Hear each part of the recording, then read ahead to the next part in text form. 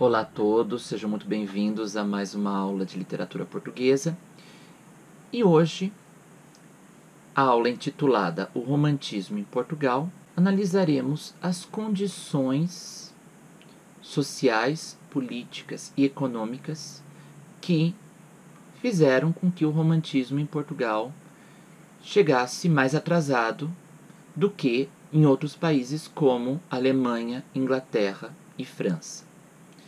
E além de nós estudarmos essa conjuntura política, desde a transferência da corte de Lisboa para o Rio de Janeiro, passando pelas guerras liberais, pelas guerras civis entre liberais e absolutistas, até chegarmos à vitória dos liberais e à consolidação das artes dentro da estética romântica, a consolidação das artes em Portugal, com um grupo de vários artistas plásticos e também com as gerações românticas, que nós temos que entender que são gerações que não se sucedem, elas se sobrepõem.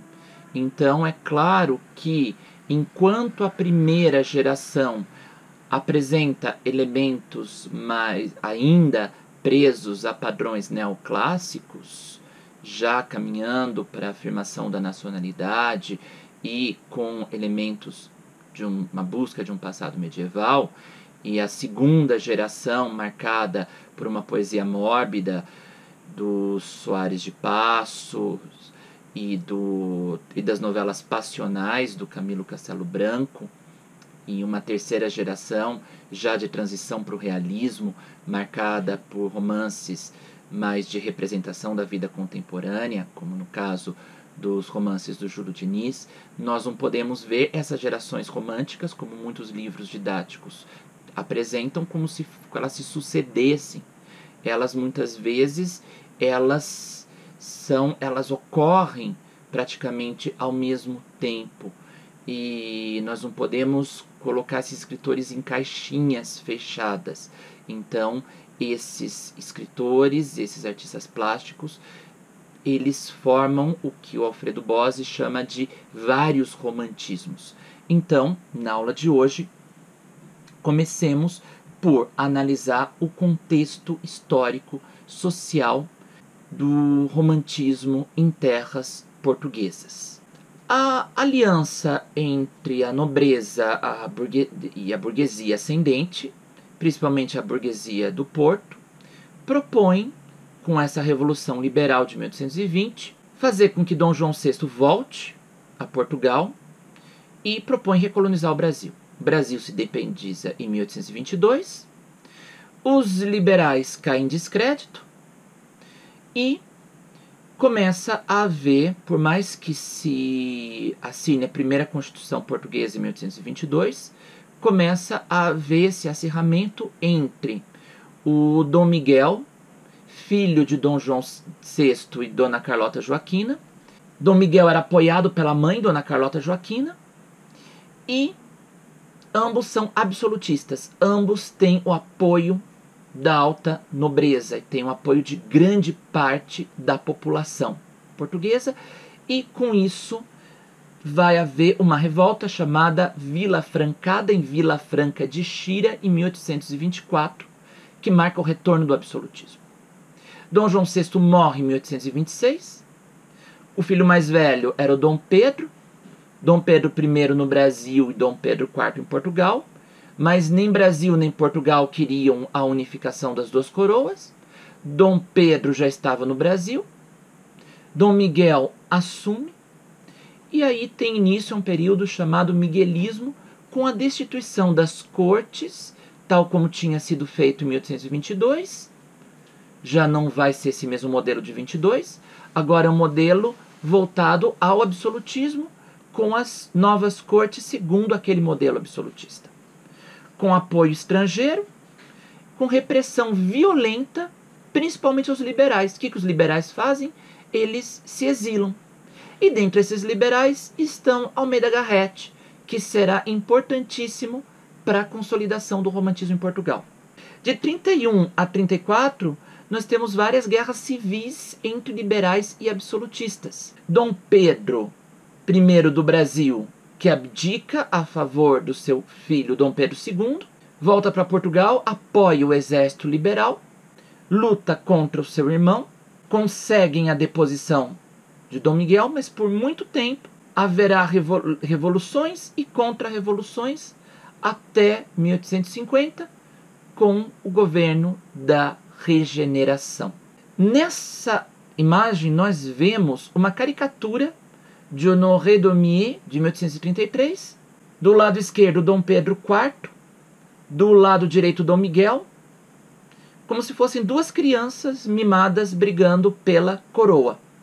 Então, essa é a representação da época acerca dessas lutas, que não foram lutas, não foram brigas de criança, mas foram lutas entre liberais e absolutistas com grande derramamento de sangue nessas guerras civis. Com Dom Miguel proscrito e exilado, impedido de voltar a Portugal, com os partidários de Dom Miguel cada vez mais enfraquecidos e com Dom Pedro IV tendo abdicado em favor da sua filha Dona Maria da Glória, que vem a ser a Dona Maria II, passa a haver condições para o florescimento das artes, uma vez que muitos desses escritores, desses artistas, foram militantes pela causa do liberalismo. Em oposição, lutaram, pegaram em armas, lutaram a favor de Dom Pedro IV contra Dom Miguel, a favor do liberalismo. E, portanto, haverá condições para fundação e organização do Teatro Nacional Dona Maria II. Este Teatro Dona Maria II, que está localizado no Rossio, em Lisboa, tem como uma das estátuas, ele é de uma construção neoclássica, ele tem um frontão e ele tem várias colunas marcadas por um equilíbrio clássico. Vamos ver que em Portugal ainda a produção artística e literária é marcada por uma confluência de elementos neoclássicos e elementos românticos, e uma das estátuas colocadas sobre esse frontão é o Gil Vicente, uma vez que o Almeida Garrett tinha como objetivo fundar um teatro nacional, um teatro que não tivesse que não dependesse da importação de peças, sejam peças italianas, espanholas e francesas, mas que propusesse um teatro nacional, um teatro português. E por isso criam-se as bases para esse teatro, com as peças do próprio Garrett, um auto de Gil Vicente, 1841, e depois Frei Luís de Souza, de 1844, que é considerada a obra-prima do teatro romântico em Portugal. E nós vemos também a preocupação do príncipe consorte, ou seja, do marido da Dona Maria II. Enquanto a Dona Maria II se preocupava com os assuntos políticos, o rei consorte Dom Fernando II de Saxe-Cosburgo, ele, considerado como rei artista, ele se preocupou com a restauração dos monumentos, a restauração, a preservação dos monumentos históricos, como o Mosteiro de Santa Maria da Vitória ou da Batalha, e a construção do Palácio da Pena, que remonta a 1838, quando o rei Dom Fernando tem essa ideia de fazer com que um mosteiro que estava em ruínas, praticamente caindo aos pedaços, que esse mosteiro se aproveitasse algumas paredes e se construísse um palácio de veraneio na Serra de Sintra. Então, o que se vê, esse convento em ruínas foi convertido num palácio de verão, com o que dentro da estética romântica, que é marcada pela mistura de estilos, ou seja, Enquanto nos estilos clássicos existe uma representação muito separada das estéticas, existe um equilíbrio, uma proporção, no romantismo existe uma combinatória desordenada desses elementos. Se nós vemos nesse slide, nós vamos perceber que o Palácio da Pena ele é todo colorido, com torre de várias maneiras, com vários elementos construtivos, com elementos neogóticos, neomanuelinos, neo-islâmicos, neo-renascentistas, neo-indianos e também espanhóis e germânicos. Essa mistura de estilos que o Victor Hugo salienta no prefácio da sua peça Cromwell, essa necessidade do romantismo de misturar os vários estilos, de ser contra aquela regra das 3 unidades do Boileau, que era um teórico neoclássico, que estabelecia que a tragédia deveria ter uma duração de um dia, de um único espaço e uma única ação. O Victor Hugo propõe, então, essa mistura desses elementos. Então, nós vemos que dentro dos padrões românticos, o rei Dom Fernando propõe construir esse palácio chamado Palácio da Pena, que foi terminado em 1848, que tem todos esses estilos revivalistas. Então nós podemos entender o romantismo em Portugal como 2 balizas temporais, 1825 e 1865. São apenas balizas didáticas para que nós entendamos o florescimento dessas estéticas. Em 1825, nós temos a publicação de um poema com elementos épicos, que é um longo poema chamado Camões, em que o Almeida Garrett celebra a figura do Camões, mas não por celebrar uma figura clássica, uma figura do Renascimento, mas ele se concentra nas aventuras amorosas do Camões, dos sofrimentos do Camões. E nós temos, como eu já vos disse no início da aula, o desenvolvimento da imprensa, formação de um novo público leitor e afirmação do liberalismo constituem os princípios que fazem com que esse romantismo, que chega mais tarde, tanto em Portugal como Espanha, na região da Espanha, na Galiza, chega até bem mais tarde, com os poetas do Rexurdimento. O que são os poetas do Rexurdimento? A Rosalía de Castro, Curros Enríquez e Eduardo Pondal, que propõem uma representação de usos e costumes e, principalmente Eduardo Pondal, que veicula os mitos celtas como os mitos formadores de uma identidade galega, ou seja, a mostrar que a Galiza ela é diferente do resto da Espanha. Então, isso é um dos elementos que vai diferenciar cada uma das nações. Como características do romantismo em Portugal, uma delas é a negação do clássico, de todos os valores clássicos, eruditos, marcados pelas formas do soneto, da tragédia, da epopeia. O romantismo, no lugar do erudito, ele valoriza o popular, o folclórico, o nacional e uma versificação livre. E vem como representações o cristianismo e o passado medieval, uma vez que o passado medieval representa a época de gestação das nacionalidades. E por isso o nacionalismo, toda exaltação da natureza pátria e uma retomada de um passado histórico com esses heróis idealizados, principalmente essa criação desse herói nacional, muitos deles representados pelo cavaleiro medieval.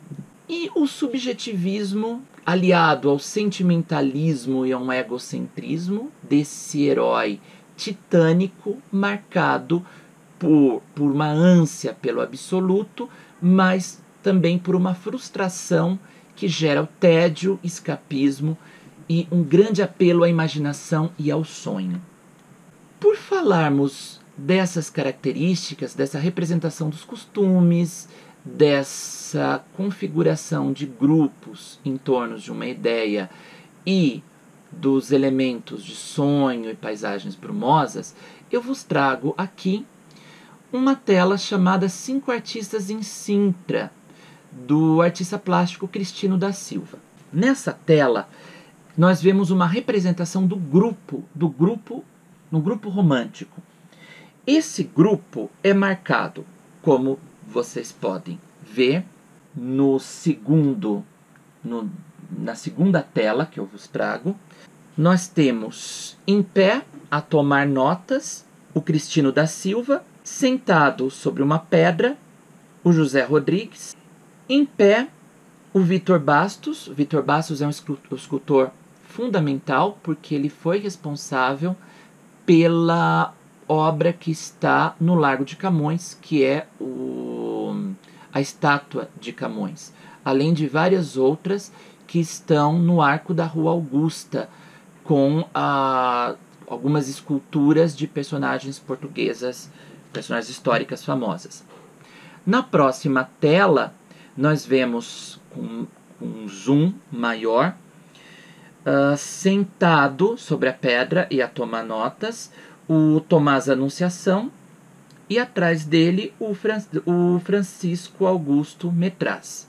Então, estão quase todos desse grupo romântico, e voltemos agora ao primeiro slide. No primeiro slide, do lado direito, nós vemos lá no fundo, com uma paisagem. Antes nós vemos os rochedos e lá no fundo nós vemos o Palácio da Pena. O Palácio da Pena está marcado pelo longínquo, pelas brumas. Então, por um lado, eu tenho as brumas, que representam esse sonho, esse devaneio, essa ânsia do absoluto.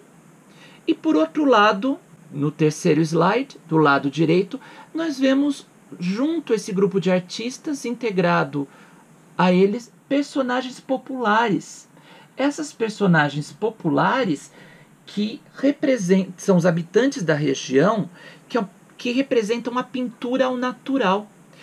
Essa tela pode ser lida como uma tela manifesto, do movimento romântico, uma vez que dá um tratamento sério a personagens de baixa estratificação social. Integra a essa paisagem essas personagens com trajes campesinos. Então, junto aos rochedos e a essas personagens que fazem parte do grupo de artistas, estão as personagens populares. Existe essa pintura ao natural que se opõe à pintura academicista, a pintura de ateliê, que era típica da era clássica. Então o romantismo ele se opõe à era clássica também por trazer essas personagens populares e fazer uma representação séria, e não uma representação jocosa, como se faziam em peças da era clássica. Então nós temos essa perfeita integração da paisagem brumosa, representada no fundo, no Palácio da Pena, essas personagens populares integradas com o grupo de artistas plásticos, que tem toda essa preocupação historiográfica e etnográfica, a representação dos usos e costumes, e também das lendas e narrativas, que serão o assunto de uma das nossas próximas aulas. Então, com isso, nós podemos ver essa relação estético-ideológica do romantismo nessa oposição ao clássico e trazendo para dentro das suas representações toda essa preocupação etnográfica, popular, folclórica, já que, e ao mesmo tempo, essa ânsia do absoluto, esses mundos brumosos, esses mundos de sonho, muitas vezes marcados por componentes irracionais e tenebrosas. É isso por hoje.